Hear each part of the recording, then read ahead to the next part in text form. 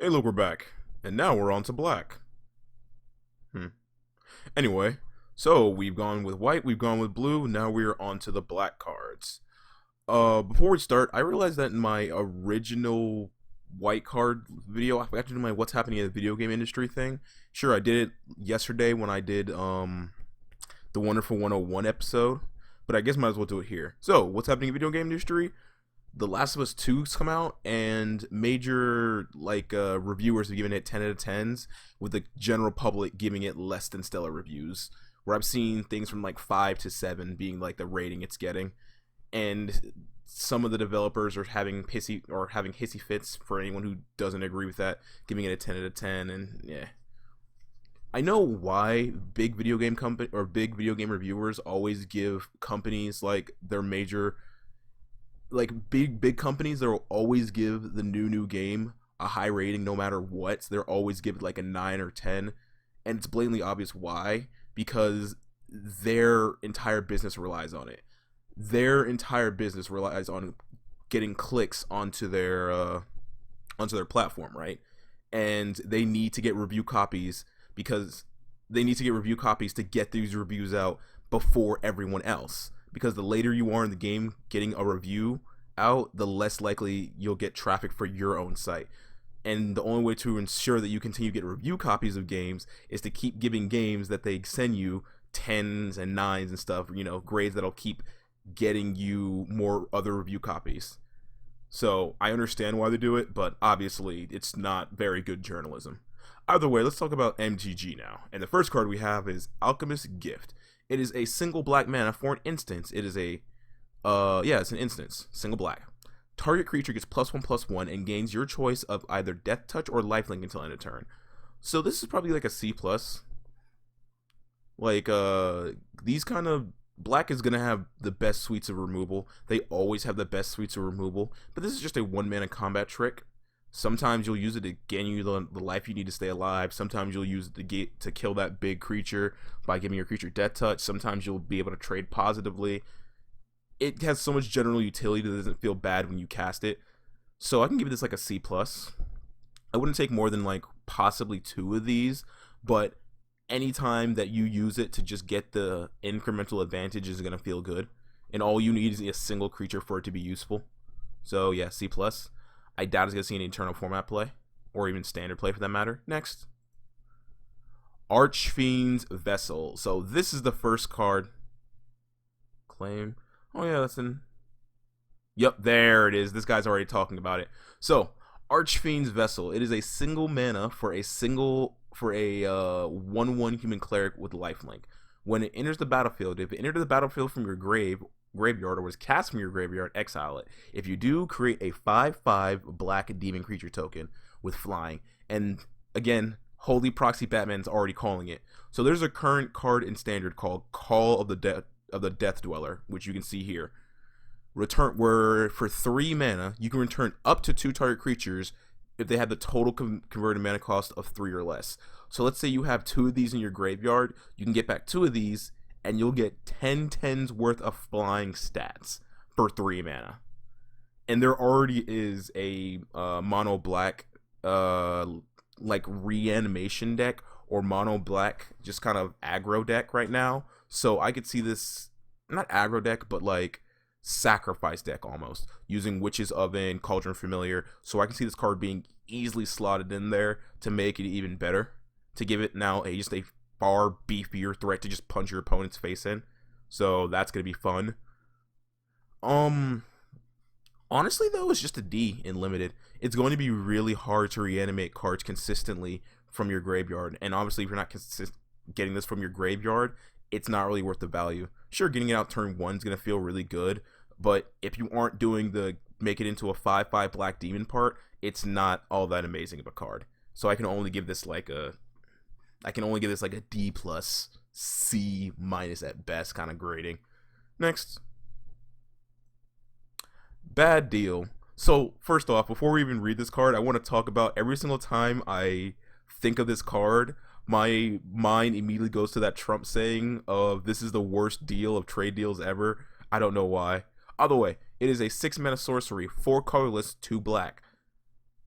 You draw 2 cards, and each opponent discards 2 cards, and each opponent loses 2 life. Honestly, I think this card's pretty bad. I think it's a D. So it takes a lot of other cards from MTG and from Black specifically, and kind of smushes them together. And I don't think it's really worth it for 6 mana. 6 mana to draw 2 isn't going to be that great, and most of the time your opponent's going to be playing just as on curve as you are in limited. Sure, there'll be those times where you get to your 6 mana and your opponent's just holding those 2 cards in their hand for the right time to use them, and then you cast this and you get lots of incremental advantage. But more often than not, you're just going to top deck this and you cast it for 6 mana, and then you're tapped out and your opponent already doesn't have a hand, and it's like, eh. When it does its job, it's going to feel really good. So I can only give it like a C-.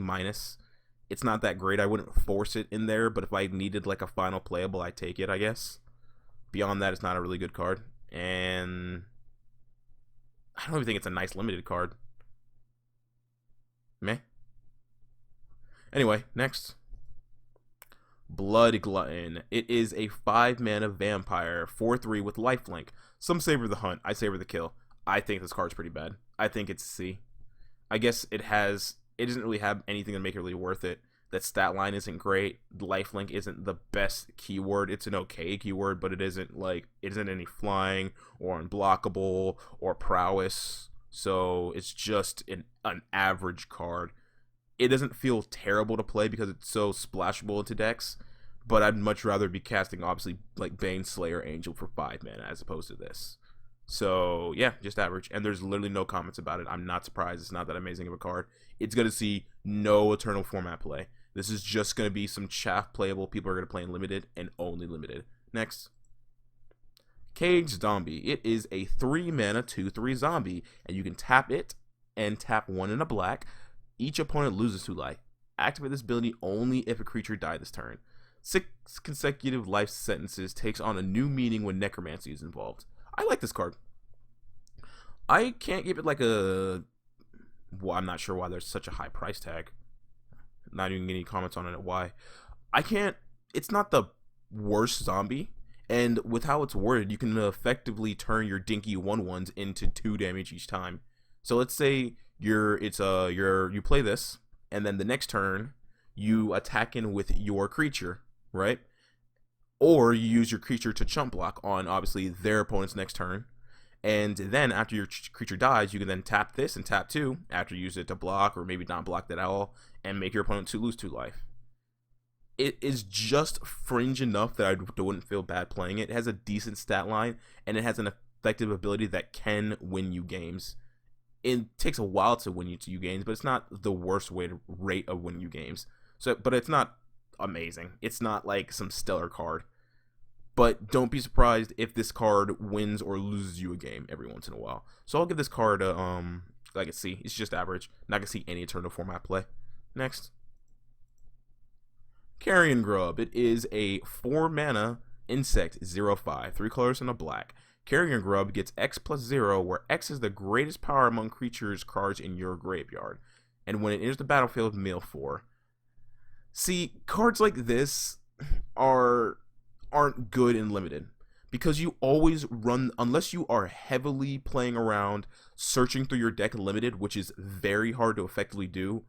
You always run the risk of milling your bomb, and with how limited works, you're milling 1/10 of your deck. So that's still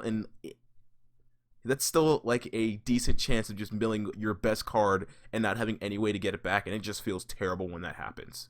And more often than not, I feel like this thing isn't going to be much bigger than like a 3/5.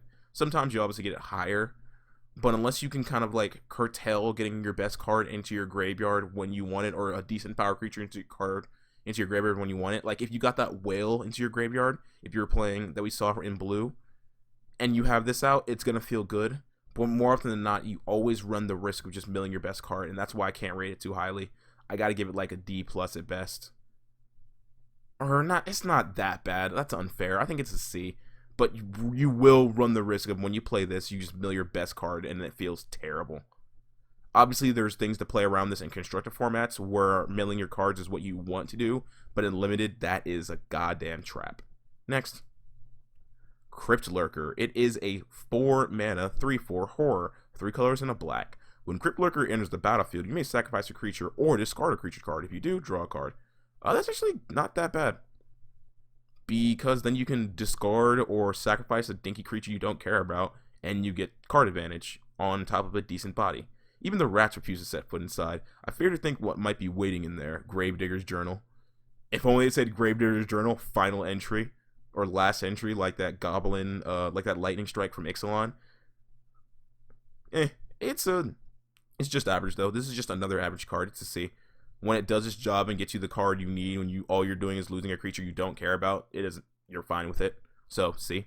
Next. Deathbloom Dahlia. This is a reprint from Dominaria. So, 2 colors and a black for a 3/2 fungus, and when it dies, create a 1/1 green sapling creature token. So for 3 mana, you're effectively getting 4 3s worth of stats. So that's always good. It's just another average common though. Nothing amazing about it. Especially since unlike in Dominaria, there's no fungus like play arounds that you can build. Like you can honestly make back in Dominaria, you could realistically make a black-green fungus deck in limited that was surprisingly pretty playable, as long as you got Slimefoot and you got that 2-mana fungus enchantment. But even a single Slimefoot would allow you to just kind of snowball out of control, and then you can just play the other funguses like that. What's it called? That fungus that was a lord, that was an anthem effect, stuff like that. But here, there's no fungus play. There's no fungus focus, so this is just an average C card. No comments though. See, originally in Dominaria. Next. Demonic Embrace. Here is our first rare. It is a colorless black. Is this our first rare? Nah, I'm going crazy. For an enchantment aura. Enchant creature. Enchanted creature gets +3/+1, has flying, is a demon in addition to its other types. You may cast Demonic Embrace from your graveyard by paying 3 life and discarding a card in addition to paying its other cost. This card is really good. This is easily a B. First off, +3/+1 and flying is an amazing rate for 3 mana. And then it has the upside that if you're getting into the late game board stall and you have the mana, you can then just spend the 3 mana to make, again, your next biggest creature more threatening. Life is a resource, and if you can spend 3 mana and 3 life to win you the game, it's gonna feel really good. So this is easily a B. But I can't rate it. I can't give it a B. I gotta give it a B minus. C plus to B minus kind of rating. Because the problem with it is that because it's double black, it's gonna be harder to cast on turn 3 consistently. There'll be times you're playing, unless you're playing mono color, which I highly suggest against. I very much suggest you go at least 2 colors in limited. But there'll be times you're just like, all right, I have 2 blue and then 1 black, and it just sits in your hand, just kind of rotting away, and it feels horrible. But more often than not, what's gonna happen is that you're gonna get this. You're gonna play a 2-mana creature, and then turn 3, you play it on your 2-mana creature, and you're just beating your opponent in the face. They kill your creature, and then you just play this again later, and it helps you win the game. So very, very good card. Not quite a bomb, but a decent card.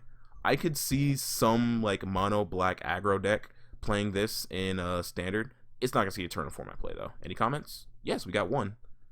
With Bladeslayer Angel, you can use this to go unblockable in what would become the hardest possible flex in 2021.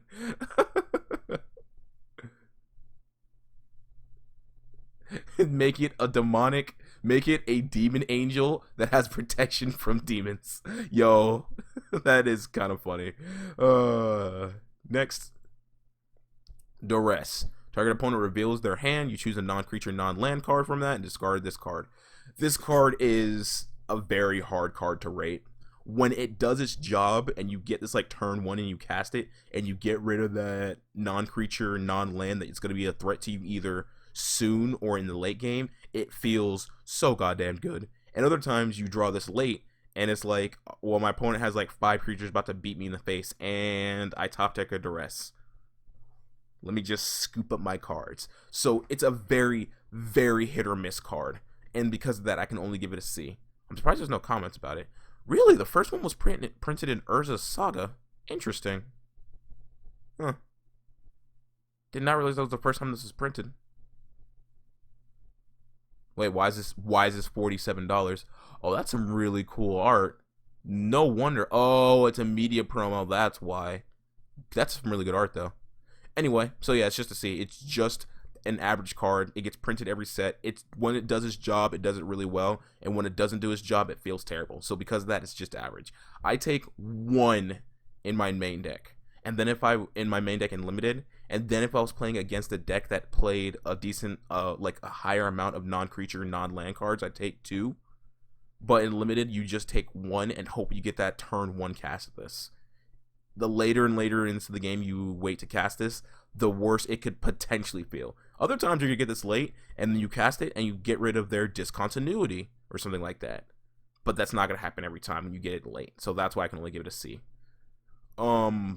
Expect to see this in the sideboard in Standard, though. Next. Eliminate. Here is some premium removal for black. It is a 2-mana instance, colorless and a black.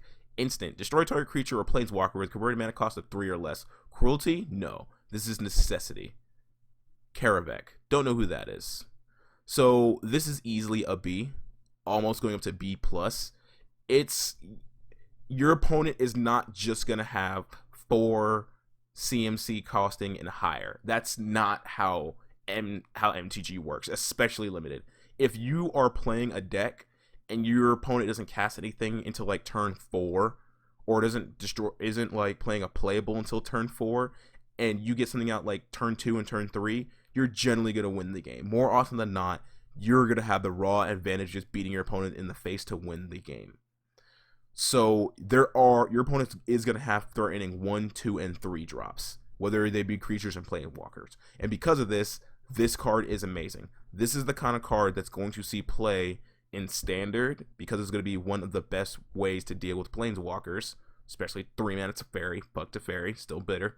Sure, you can't do it at instant speeds because of how Teferi's fucking worded and is fucking passive, but when it comes back to your turn, 2 mana to get rid of Teferi is always going to feel good. And just being able to more effectively, this is our Doomblade. And just like how good Doomblade was, then it's going to still be good now. So it's easily a B, almost a B+. Take every single one of these you see. Even if you aren't in black, and if there's, let's say you're in like red-green, and this gets passed to you, I wouldn't force black for this, especially if I was deep in red-green. But if there was no good red-green cards in that pack, I'd take these away from my opponent. Hey man, that is how you have to play this game sometimes. You cannot... Sometimes it isn't about taking the best card for you, it's about taking the best card from your opponent. That is one of the core cornerstones of drafts. They can call you a dick all you want, but when your creature doesn't get eliminated because you took their eliminate, it feels real good. Let's let me see some of these comments. Doesn't even kill that pesky new Teferi. Great. You kill the blocker and smash Teferi, he's dead. I like some other variants, and this one seems quite alright. Yeah, it's not terrible. Some other was obviously better, but eh. Killing 3 fairy, that's what everyone's calling it, the 3 mana one. Less than or equal to 3. Shouldn't that be 3 or less? Eh. But yeah, they're basically parroting my thoughts. Next. Bedded Imp. It is a 2 mana, 1/2 flyer, and you can tap a single black to gain Death Touch until end of turn. This card's not bad actually. It's like a C+. Because you get it out early, you can just start doing really elusive damage because of flying. It's not quite the Pegasus powerful, but it's still pretty powerful. And it has the upside of, if you get it in the late game, you can turn it into a very, very good wall because of Death Touch. So yeah, this is like easily a C+. I wouldn't mind taking multiple of these. Probably not more than like 2, possibly maybe 3 if there's nothing else good in those colors. Because, again, these guys don't feel bad in the late game because you're able to play them and serve them as walls. Or if you need 1 or 2 more damage, you get your 1 or 2 more damage. So, yeah. I don't think there's going to be any comments. Nope. It was printed in Magic Origins. Did it have different art? Nope, it had the same art. Still just a very good limited card. It's not going to see any constructed format play of any kind, though. Next. Finishing Blow. It is a 5 mana. So, this is effectively doing what Eliminate did for 3 more mana. Finishing Blow, 5 mana, 4 colors and a black. Destroy target creature or planeswalker. In this world is kill or be killed, and I'd rather not be the latter. This is also a B card. It's just flat removal, and it's flat removal for 5 for an instant speed. Again, in limited, you're generally going to be getting to that late game board stall, and having something to take out your opponent's best creature or planeswalker is going to feel really good. This is no Vorasca's Contempt, even at its best. But in limited, you're not gonna have the best choices of all the best removal. So you take what you can get, and this is going to be one of the more effective ones. Also, I really like the image of the skull coming out of this thing's smoke as it's being stabbed to death. That's a very neat imagery. Good job, Wiley Beckert. Yeah, B. If you're even thinking about going in black or you're already in black, you take every single one of these you see. Any comments? Yes. Finally, Popper has access to Planeswalker remove. God damn it. I'm so tempted to log in just to upvote this. Obviously, he's playing around because there's no common Planeswalker. There's no common Planeswalker. My brain immediately moved to Deathrite Shaman, but I'm like, wait, no, that's a rare. Next. Gloomstar. It is a 7 mana 8/6, 5 colorless, double black for horror. That's some badass art, by the way. When Gloomstar becomes blocked by a creature, that creature's controller loses 2 life and you gain 2 life. First the darkness fell. Terror came next. After that, only despair remained. The tragedy of Morin. Any comments? It's a big boy common creature. I'm saying, right? This is a pretty good creature, though. This is probably a C+. But I wouldn't force black for this. But if I was in black, I wouldn't feel bad taking this. I'd only take 1, possibly 2, though, because of that 7 mana cost. But when you get this out, and it's able to just swing in and effectively work as a good blocker, and an even better attacker, it's going to feel really good. It's big enough to eat just about every other creature in the format. And if your opponent is chump blocking, then they're still going to be losing life. It's only 2. It's a life change different of 4. And sure, they're only losing 2 life, but again, that adds up really quickly as they have to keep chump blocking this absolute massive behemoth of a creature. It's not going to see any eternal format play. This is a limited all-star. That's it. I wouldn't even call it a limited all-star. It's just a good limited card. Next. Gorman. It is a 6 mana 5/5 flying demon, 4 colorless and 2 black. As an additional cost to cast this spell, sacrifice a creature. It has flying, it has trample, and when it enters the battlefield, each opponent sacrifices a card. This is still really good. I can honestly give this a C+. It requires you to have disposable creatures, but having that disposable creature for flying, trample, and attack and an edict effect attached onto a creature is pretty good. Honestly, this is a 4 mana creature with edict attacks for making it 2 more mana. So it's a pretty good card, all things considered, for limited. It's not going to see any eternal format play. Actually, well, no. It's not going to see any eternal format play. There's better reanimate targets. It's not the worst reanimate target, and if you get the reanimate card and get this and reanimate this, it's gonna feel really good because that's an ETB. It's only when you cast it that you have to sacrifice your creature. But when it enters the battlefield, period, your opponent has to sacrifice a creature. And yeah, there'll be times where you cast this and your opponent just sacrifices a token, and other times you'll be casting this and your opponent sacrifices their 10/10 blocker that has been sitting in your way the entire game. So yeah. Even then, you're still getting a 5/5 for 6 mana. You're getting a 5/5 flying trample, and all it costs you is a single creature. That's a very good trade-up rate. Any comments? Wait, what? Please help me get rid of my excess magic cards. Huh. Dr. Shades. Neat. Anyway, seems like a pretty sweet limited bomb and a solid commander value creature. Yeah, that's basically what I'm saying. It's a limited bomb, but you got to be kind of hedged towards black. I wouldn't force black for this, but if I was in black, I'd feel good taking this. Next. Grasp of Darkness. This is a reprint from, I believe, Shadows over Innistrad? No, actually. I was wrong on both accounts. Apparently it was first printed in Scars of Moradin, and then reprinted in, Oath of the Gatewatch. So the Shadows over Innistrad block. Where the original Gatewatch 5, where the Justice League came together, it was like, we need to protect the planes by becoming the Justice League. Anyway, target creature gets -4/-4 until end of turn. I welcome the use of even the foulest magic if it will rid us of the monstrosities that plague our world. Munda, Ambush Leader. Munda was one of the people fighting the Eldrazi in her plane where they were, I think it was Zendikar? Wait, no, it was the Zendikar block the Oath of the Gatewatch, but the Eldrazi were there. Wait, wasn't Zendikar part of Shadows over Innistrad? The Shadows over Innistrad block? It was either in that block or directly before or after that block. It's kind of starting to get muddled together. Anyway, let's talk about the card. It's a very good card. The only problem it has is that double black cost. But it's still a B at the very end. Don't be surprised to see standard play. This was already a standard all-star in Oath of the Gatewatch playtime. And in limited, this is really great because it gets around indestructibility because it's minus counters. So that's an amazing rate. And just about every creature is gonna feel this sting. If it doesn't raw survive, if this card doesn't kill the creature, it's gonna weaken it enough that your dinky 1/2 is gonna be able to kill the creature. Except for that horror we just saw, but then you use a 2/2 to block it instead to kill it. Either way, it's a very, very powerful card.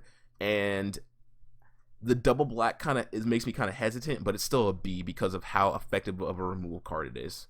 Next. Grima Tutor. Yeah, you can already see this is $27. And it's probably going to stay really high because of what it is. It is a sorcery, colorless black. Search your library for a card, put that card into your hand, and shuffle your library. You lose 3 life. It's a tutor for 3 mana.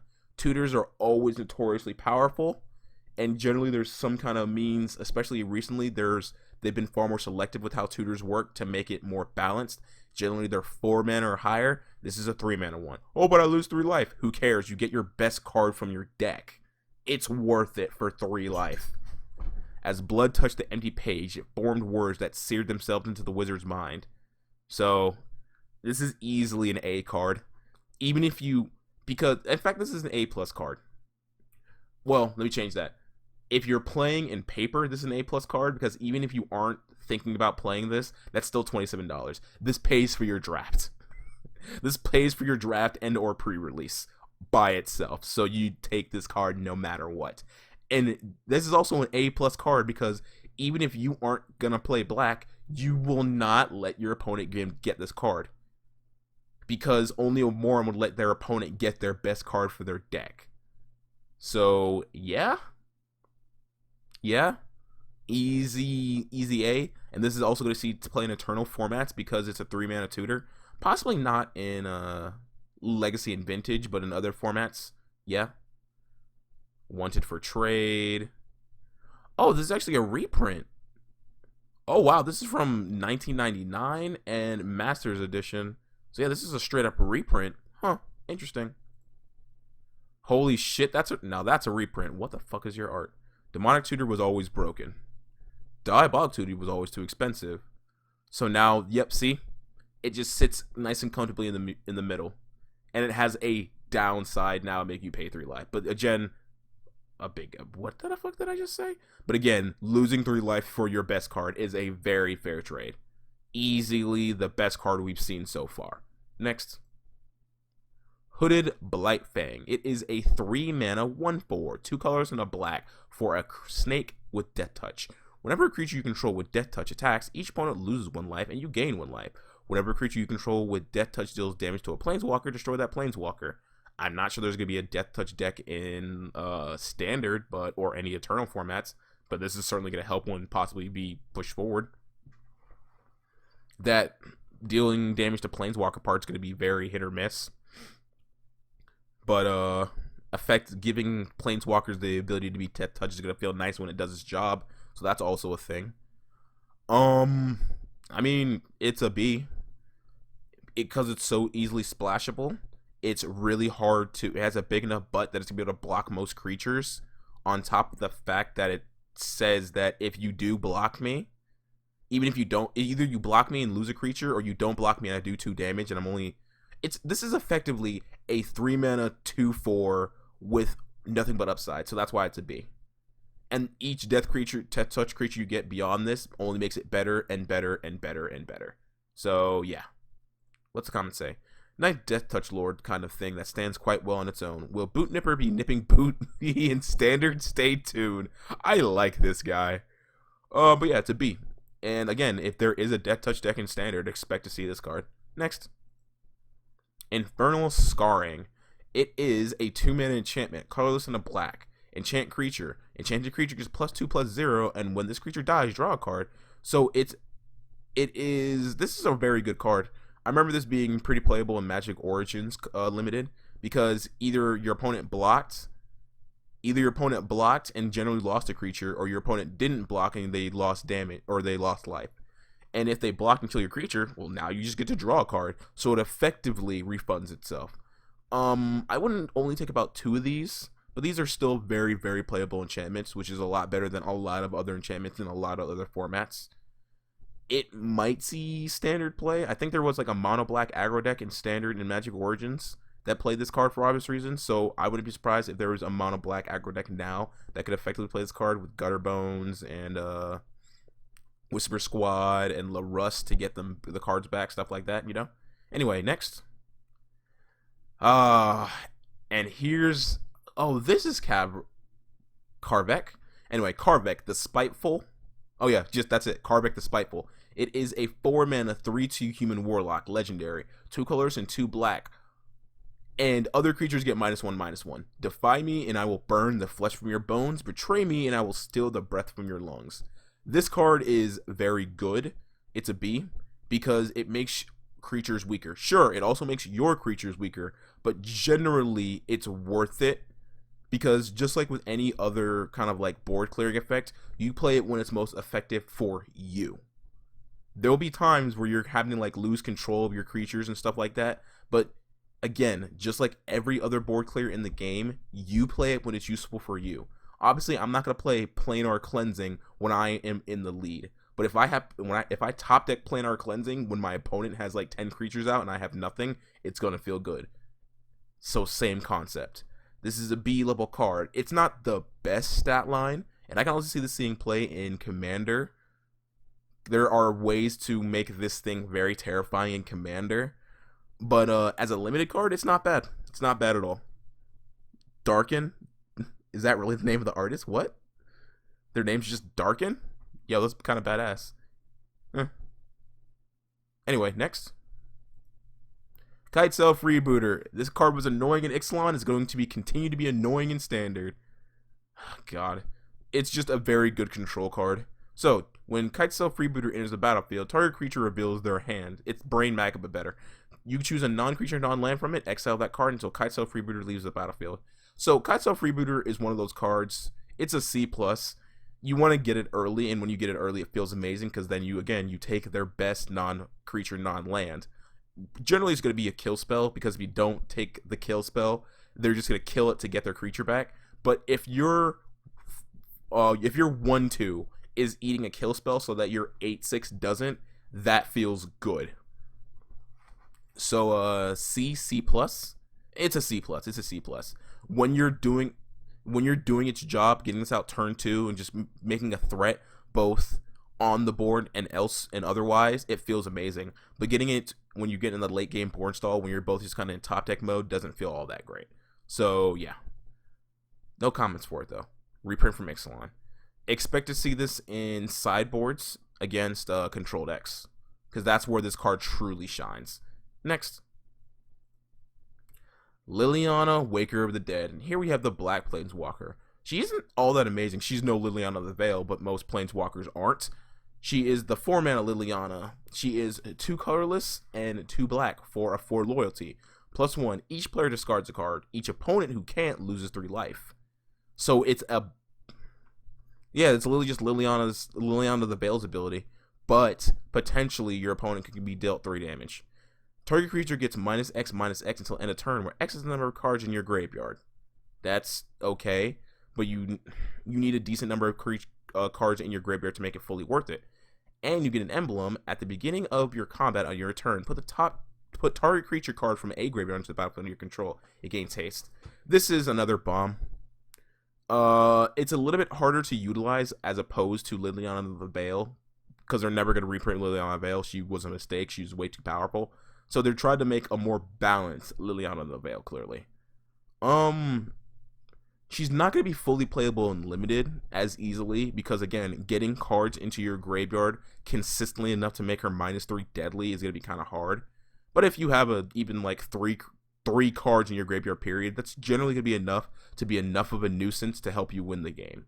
And her -3, unlike Teferi's, doesn't instantly kill her, so that's also very good.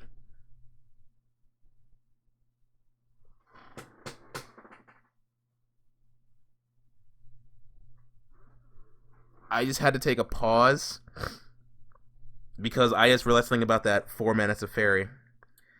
You can do his ability each turn. So you can do his +1 on your turn, making him 4 loyalty, and then it gets to the opponent's turn, and then you can do his -3. He stays alive, and he still phases out the creature. Oh my god. Oh my god. Anyway, this card's still a bomb. At the very least, you want to have this for yourself to trade. Otherwise, it's just... I can't focus right now. I'm upset. What do the comments say? What do the fucking comments say? Feels like a less... Yeah, it's a less OP Liliana the Veil. That's literally what it is. Next. Liliana's Devotee. It is a 3 mana, 2/3 human warlock. Zombie creatures you control get +1/+0. At the beginning of your end step, if a creature died this turn, you may tap 2, a colorless and a black. If you do, create a 2/2 black zombie creature token. That's pretty good. Liliana inspires horror in many and fanatical let me try that again. Liliana inspires horror in many and fanatical admiration in a few. This is a very good card, all things considered, because it can turn your tinier creatures that you're just going to throw away to either chump block or just try to bait out death into effectively 3/2 zombies. It turns your creatures... You can even use the zombie... Okay, let's say that you use a 1/1 to die, and then you tap 2 mana to create this zombie token. You could then use that zombie token to die, and then tap 2 to get another zombie token. So it's just a constant... This card's really good. This is easily a C+ level card, because it can effectively constantly refund itself in the ideal situations. You gotta play it just right to fully utilize it, but when you're using it, utilizing it properly, and you're just kind of constantly looping zombies. Sure, it's only 1 zombie, but that's still a card that effectively creates more creatures. So that's a very, very good rate. Oh my god, this is even better than I thought, because it says if a creature died. Not if a creature you control, but if a creature died this turn. Yo, this card's really good. This is honestly possibly even a B level in Limited. I don't think I see any play in Eternal formats, because zombie decks don't really win by getting +1, +0. They rely on graveyard antics and like real big burst damage, or just flooding the field with zombies, as opposed to kind of like tiny bits of increases of damage.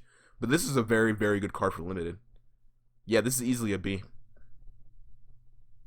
I wouldn't force myself into black for this, but if I was hedged in black, I'd take every single one of these things I see. Next. Liliana's Standbearer. So, it is a 3 mana, 3/1 with Flash, Zombie Knight. 2 colors and a black. When Liliana's Standbearer enters the battlefield, draw X cards, where X is the number of creatures that died under your control this turn. The purple banner of the House of Vess is a symbol of death wherever it's flown. So for anyone who doesn't know, Liliana has had a very messed up, fucked up history with zombies, if it isn't blatantly clear at this point. You should look into it. She's kind of a bitch, but she's getting less bitchy slowly. Very, very slowly. Like, incredibly slowly. But there's progress being made. Slowly. I can't rate this card too highly for Limited. It's still a really good card. And effectively what you're going to do is throw in your creatures that you don't care about dying, and then you cast this for 3 mana and you gain a shit ton of card advantage. Or use your creatures as chump blockers on your opponent's turn. You flash this in and you get a 3/1 that also is going to be drawing you card. It's going to feel really good. So I can honestly give this card a B. It's easily splashable, and it's effectively... It's generally only get you 1 or 2 cards, but sometimes those 1 or 2 cards, well, on top of a body, is going to feel really good.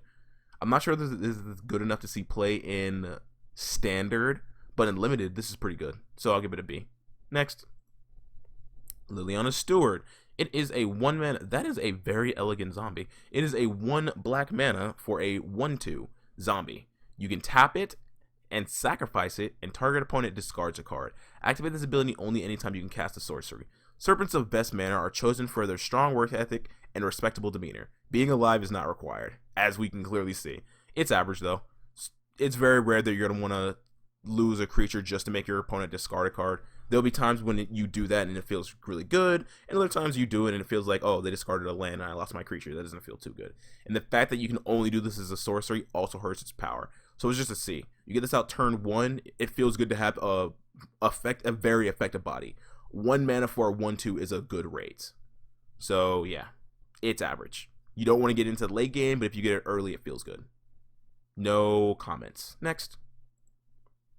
Malefic Scythe. It is a 2 mana artifact equipment, colors in a black. When it enters the battlefield, Malefic Scythe enters the battlefield with a soul counter on it. Equipped creature gets +1/+1 for each soul counter on Malefic Scythe.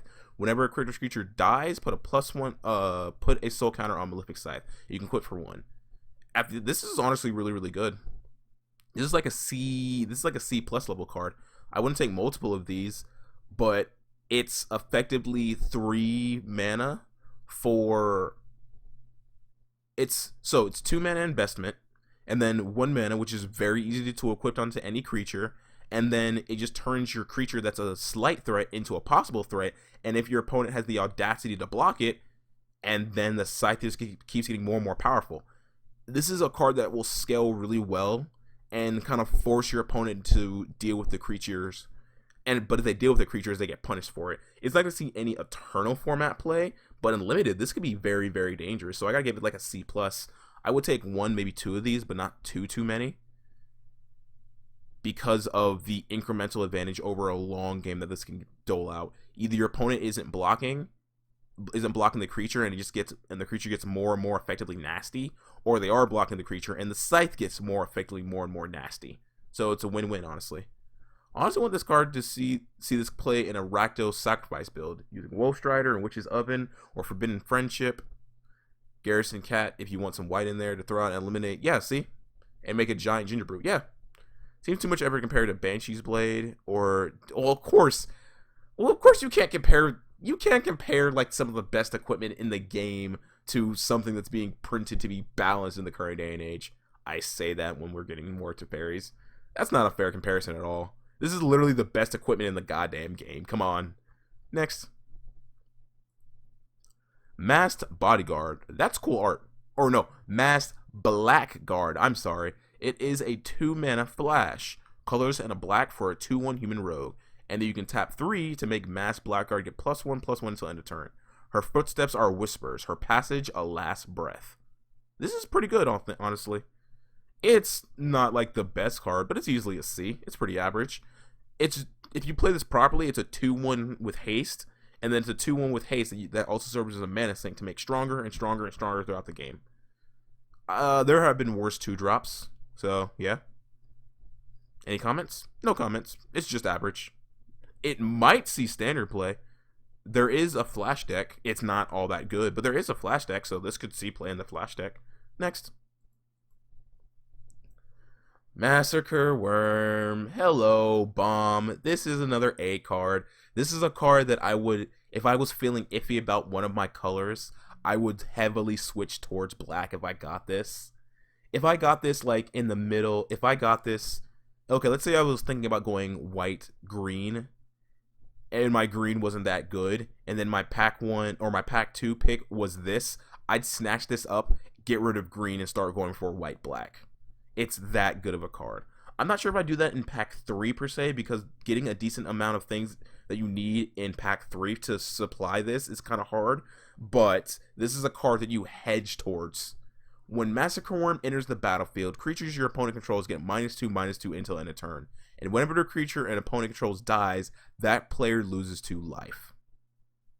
This card can and will end games on their own. This card is already an all-star in Commander, where you're able to cheat it out at the right times to just sweep the entire board. Just sweep the entire board and just easily and effectively win you the game. But in Limited, what you're going to do is either hard cast this and clear your opponent's board. You're going to attack in and get your opponent's creatures low enough to cast this and clear your opponent's board, or you're just going to have a nice beefy creature that constantly sits there and says, each time one of your creatures dies, you're taking damage, whether you like it or not. Sure, he doesn't have any protection, but that raw ability from the get-go, this card is an absolute fucking behemoth. I'm not sure if he's going to see any standard play, because 6 mana is kind of slow for that effect. However, it might see play as a reanimate deck target, so who knows. There's no comments? Really? Huh. That's kind of surprising, actually. Why is this version 17.99? Just because it was the first one? Okay, whatever. Anyway, next. Mind Rot. Target player discards 2 cards. Cards. Many an inventor has collapsed under the pressure to create a flawless design.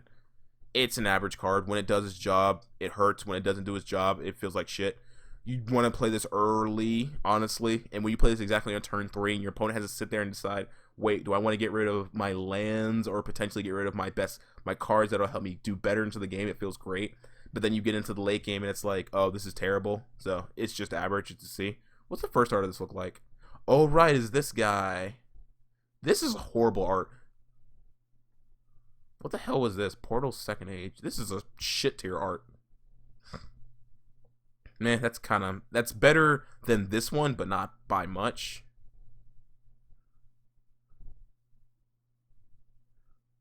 Anyway, next. Necromentia. It is a colorless black sorcery. Choose a card name other than a basic land card name. Search target opponent's graveyard, hand, and library for any number of cards with that name and exile them. That player shuffles their library, then creates a 2/2 black zombie creature token for each card exiled from their hand this way. This is a very hard card to rate. I'm doing it again. Holy shit, my English is bad. Card to rate. In limited, it's not that great. This is one of those cards that is an all-star in sideboard. Because it says, look, there's this really hard card that I have trouble dealing with once it gets out onto the battlefield. So before it does, I cast this for 3 mana and I get rid of them. They're just gone. Get that shit out of here. I don't feel like dealing with it. And when you do that, it feels really good. However, in limited, where your opponent isn't going to have likely more than 1 or 2 of their best card, it doesn't feel as amazing to play main board. However, if you get into game 2 and you know what their best card is, or know what their best cards are, and they have multiple of them and you cast it, it feels good. And generally, getting rid of cards is worth the 2/2 zombies they will get. There was a card like this in, that in fact is still in standard, Unmoored Ego, where it draws you card. I think this one's better because it only gives your opponent zombie tokens. And tokens are far easier to deal with, in most decks anyway, as opposed to the card draw they can effectively get. No comments though, surprisingly enough. I can only give this a C, because I wouldn't want to like pack one, pick one this kind of card, but this, if I was in black and this got passed to me, I wouldn't feel bad about taking it, you know? Next. Peer into the Abyss. This card's not going to see any limited play. It's not going to see any standard play. This isn't a card that's going to see play in Commander.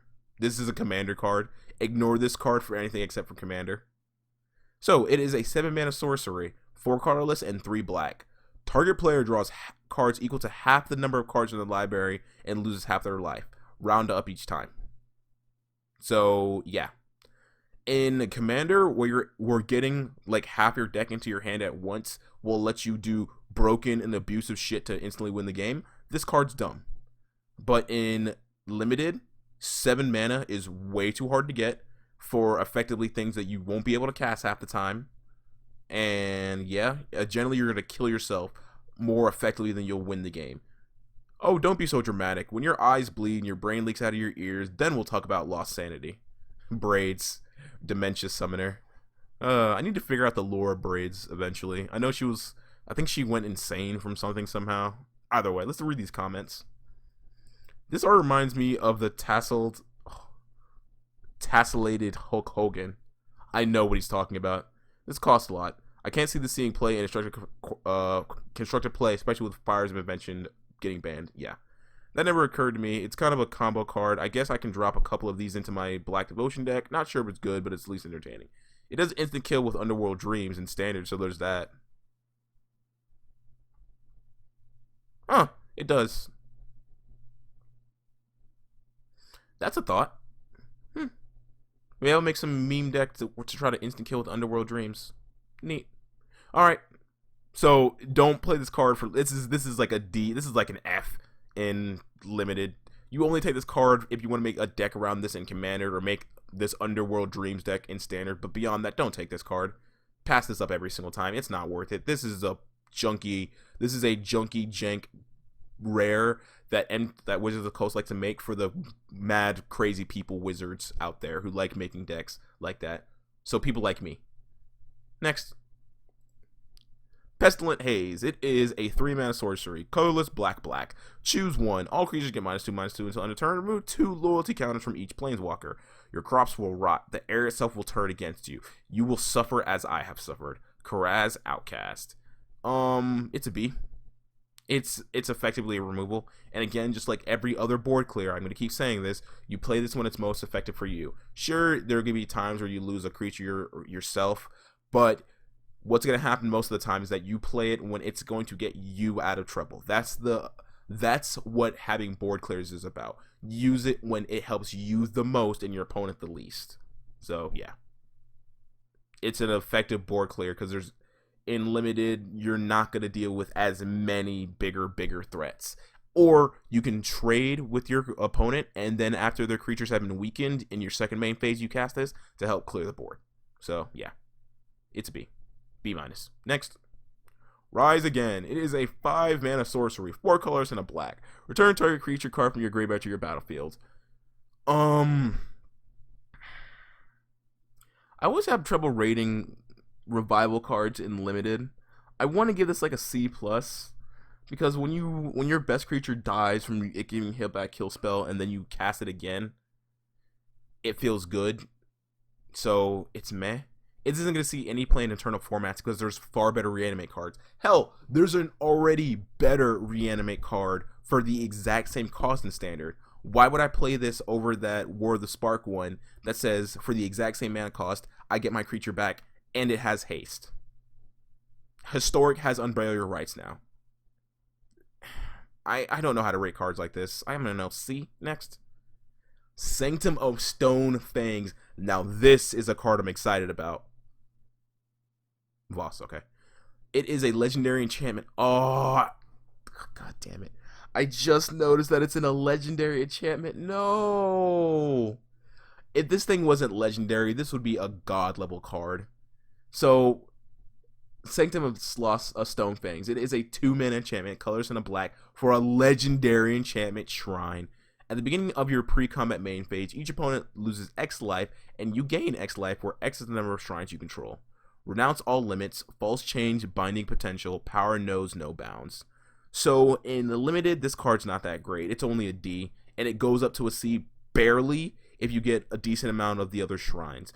Actually, no, all the other shrines in this standard are going to be legendary enchantments, so never mind, it's just a D. However, you can now make a shrine deck. You can legitimately make a shrine deck in Historic.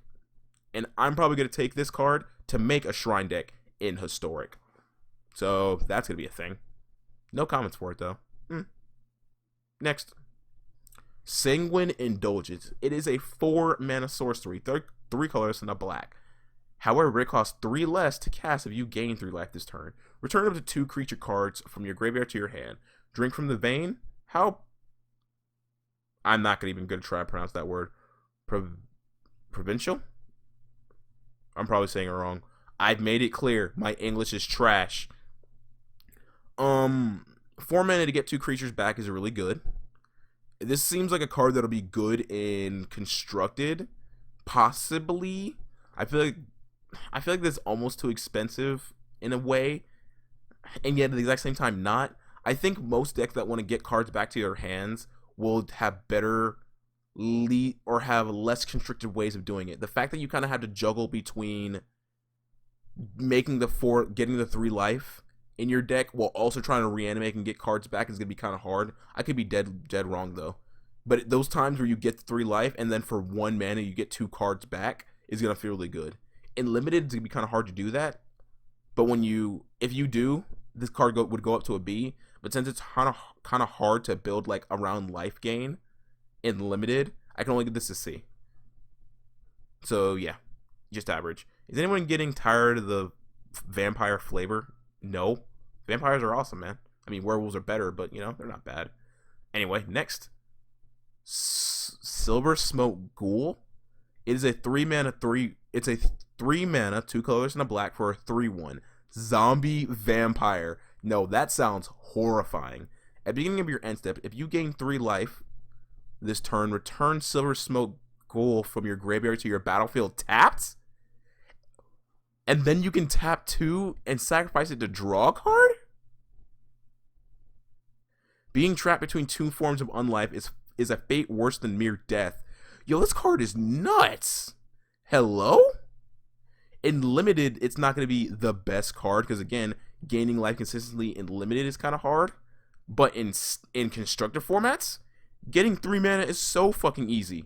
This is a card that by itself, you can play, you don't even have to play black, and you can play this card. If you just get if you have ways in your, like, I don't know, Jeskai deck to discard cards or get cards into your graveyard, and then you're just gaining 3 life, and you can bring this back on the battlefield, that's insane. Yo, I might actually put this in a, like, Jeskai deck, where I can discard this and then gain this back as just an extra creature for free. That is so fucking good. Hello? And this is a a C, possibly C plus for Limited. Actually, no, it's probably like a B minus, honestly. Because at the very end of the day, even if you can't get the life gain back, you could block with this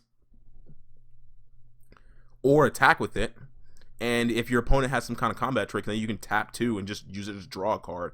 That's in a very, very good rate. I love this card. I have decks already in mind about this card. Hello? Yo. I like this a lot. Seems to combo well with other zombie stuff, though zombies lack the required life gain. Zombies do, other decks don't. Next. Skeleton Archer. It is a 4 mana Randy Vargas. It is a 4 mana 3/3. 3 colors and a black for a Skeleton Archer. I feel like this guy's probably an elf that came skeleton. When Skeleton Archer enters the battlefield, it does 1 damage to any target. Soul, flesh, even eyes. None of these are strictly necessary for deadly precision. This is honestly a C plus. You'd be surprised how much use you'll get out of that 1 damage in Limited. It's one of those things where you don't think you'll be using it often, but there's surprisingly a high amount of X1 creatures. There's a surprisingly high amount of times where you'll attack, your opponent will block, it'll have 1 more life, and then you can push this in to get the 1 damage in. And sometimes you'll even get the 1 damage in to just win the game. And on top of that, it comes with a decent sized body. I wouldn't mind taking like 3 of these in my deck.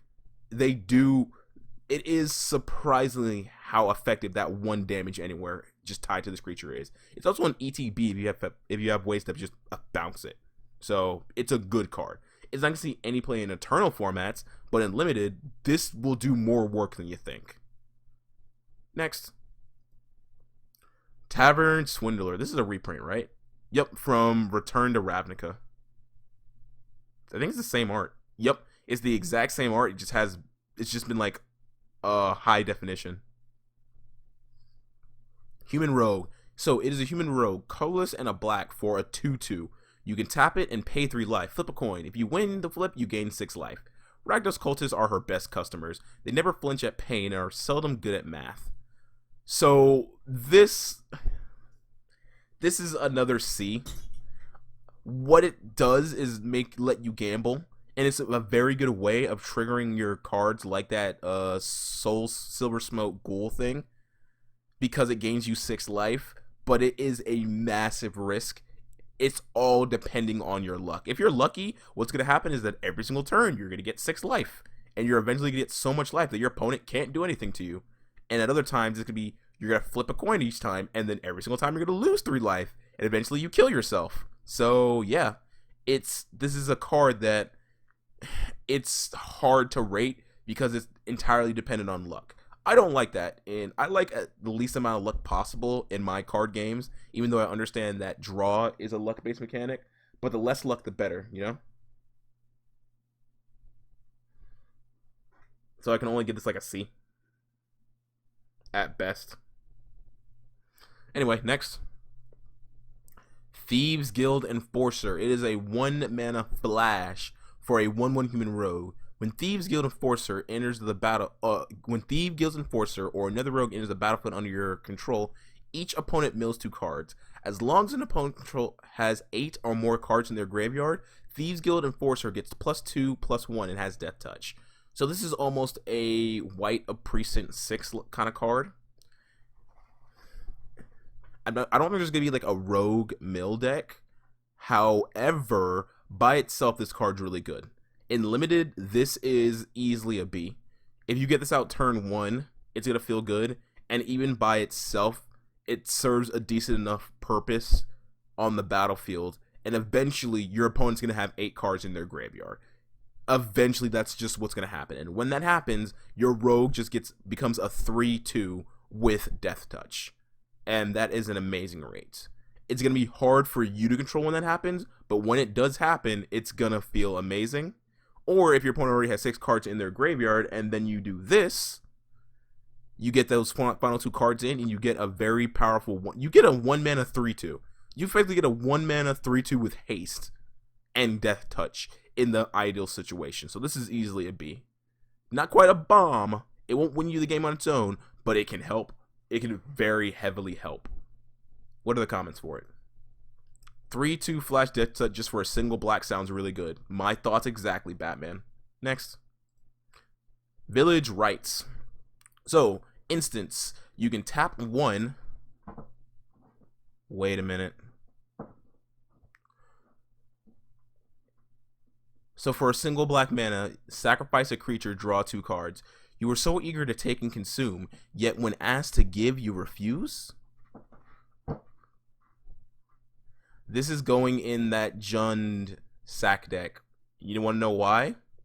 Because claim the firstborn plus this, instead of getting a food, you draw. So for effectively 2, think about this, in the Jund or Rakdos reanimation deck currently in standard, the best thing they can do right now is take your creature and either sack it to Witch's Oven or sack it to their Woe Strider. Now, if they have the black and red open, they can take your creature, sure it has to be 3 mana or less, but still, and then sack it to draw 2 cards. So this card is okay-ish in limited. I can only give it a C because again, you don't want to be sacrificing your creatures willy-nilly. But in constructed, I can see this being very dangerous, especially in the Jund or Rakdos reanimate sack deck already going around. So that'll be fun. Comments. The Black Veils of Summer. This card art and name are clearly inspired by the Village Cannibals. Yep. Yeah, it's so Village Cannibals. Whenever another human creature dies, put a +1/+1 counter on Village Cannibals. Some have endured the horrors of Innistrad by becoming the worst monsters of all. And yeah, it's clearly like they're all standing around preparing to eat this guy. And that's obviously what's happening here, or something similar. So that's really cool. Cool callback. But yeah, this is a good card. For constructed, not for limited. Next. Veto, Thorn of Dusk Rose. It is a vampire cleric. 3 mana for 2 colors and a black for a 1/3. When your opponent gains life, target opponent loses that much life. And you can tap 5 mana. Creatures you control gain lifelink until end of turn. Through the blood of the wicked, we shall be redeemed. Let us pray. There is a card, I think it's called Sanguination or something like that. Someone in the comment section knows what it is. What's the most appropriate taunt to veto joke you can make here? Basically a lifelink lore that gives double strike. Kind of. There's a card called like Sanguine Blood or Exsanguinate or something like that that has that first effect when you gain life, your opponent loses life. So, yeah. This is pretty good, though. This is like it's not quite a bomb, but it's easily a B level card because it says that if the game gets long enough, if you play this out turn 3 and your opponent doesn't deal with it soon, it's going to be able to win the game with the help of your other creatures because of that lifelink part. Giving all your creatures lifelink and limited is already good, but making it so they gain lifelink and they make it so that your opponent, effectively double strike, like that guy said, is very dangerous. So this is easily a B. It's not quite a bomb, like it won't win the game by itself, but it will heavily push you towards winning in most situations. I doubt there's not gonna be a standard or deck around it, but I can see this being playing commander decks, if not as the commander. Next, Walking Corpse. It's a 2 mana 2/2. It's a grizzly bear. It's been printed so many times. It's a zombie grizzly bear. Feeding a normal army is a problem. Yeah, it's literally the exact same card. There's nothing else to say about this card. Next.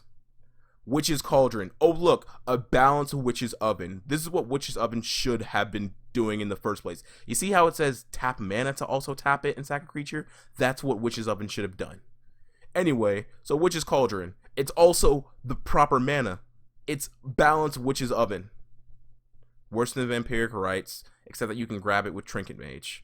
It's literally just a balanced Witch's Oven. The main problem with Witch's Oven is that literally every single deck can run it, and because of its non-stringent mana cost, every single deck can run it, and the fact that it's so easy to just tap it without any restrictions were a problem. Sure, this one gains you life and draws a card instead of making food, but still, it's balanced because at least you need... Am I bleeding? No. At least you need the 2 mana up. As opposed to Witch's Oven just saying, I get to make you ignore all spot removal. And get you value in return. You best believe, and if I have that cat in the graveyard, ooh, you're fucked. Ugh. I don't like Witch's Oven deck, I'm sorry. Anyway, it's, this is honestly like a C. Because it's going to serve the same purpose as Witch's Oven. It sits there, it sits there, it sits there. Your opponent's trying to target one of your creatures with spot removal. It's going to die. You might as well sack your creature then and gain life and card advantage then. There's not much else to say about it. Next. Here we have the pretty art for Liliana. That's very good art, by the way. Next. Here we have the promo art for Liliana. Promo art for Liliana's Devotee. Promo art for Liliana Standbearer. Promo art for Liliana Stewart. And the promo art for Grima Tutor. Got some badass motherfucking art. Promo art for Massacre Worm. I might get that for my friend. And here we have the Planeswalker intro deck Planeswalker Liliana. Liliana Deathmage. She is a 6 mana Planeswalker. Obviously not going to rate these cards because they're not going to be playable and limited. 4 mana, 2 black for a 4 loyalty Planeswalker. Return up to 1 target creature card from your graveyard to your hand. Destroy target creature. Its controller loses 2 life. Target opponent loses 2 life for each creature card in their graveyard. Liliana Scorn. 5 mana, 3 colors, and 2 black. Destroy target creature. You may search your library for the Liliana and put it into your hands. We're done here. Liliana Scrounger. 3 mana for a 3/2 human wizard. At the beginning of your each end step, if a creature died this turn, you may put a loyalty counter on Liliana Planeswalker you control. Wait. This is actually... Wait a second.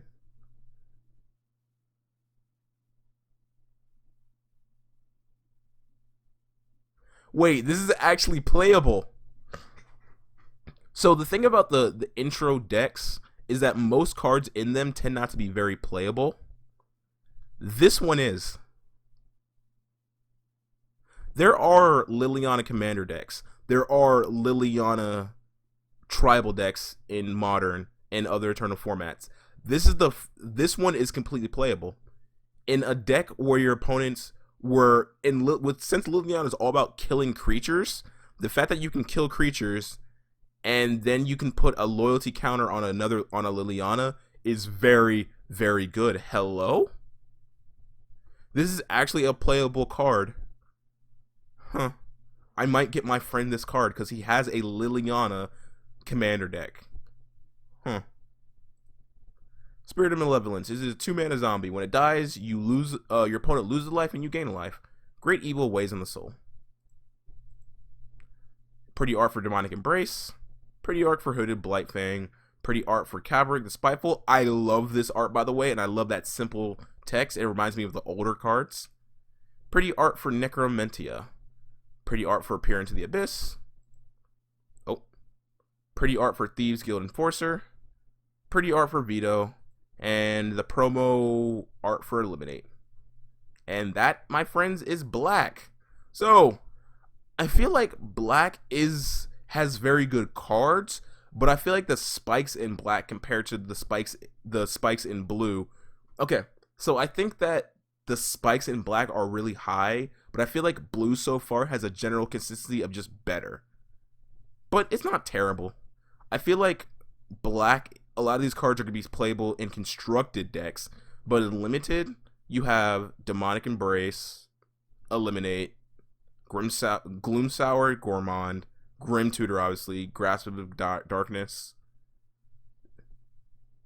obviously Liliana. And other cards are kind of Massacre War, honestly. And then other cards are kind of hit or miss and are better in constructed decks that I can use it more often as opposed to limited. But that's fine. Either way, for anyone out there watching, thank you. When we come back, we're going to do red, then green, then multicolor artifact land, and color this all in one group. But either way, I want you to have a good morning, evening, day, or night wherever you're at. But for right now, I'm out. Later.